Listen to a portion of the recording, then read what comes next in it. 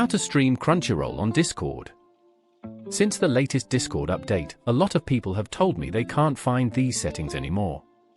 So instead, just use the search bar at the top and type in acceleration. Then click on Advanced, and the setting will show up directly. This is a quick and easy tutorial, so let's get started. First, open Discord. You can use either the Discord app or the browser version.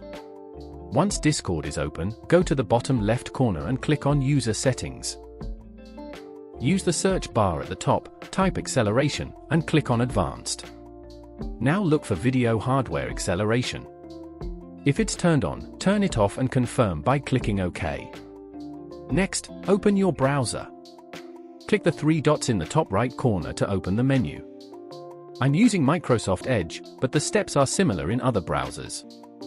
Go to Settings, then use the search bar and type Graphics. Find Use Hardware Acceleration when available and turn it off. After that, restart your browser. Once your browser has relaunched, go back to Discord. Join a voice channel, share your screen.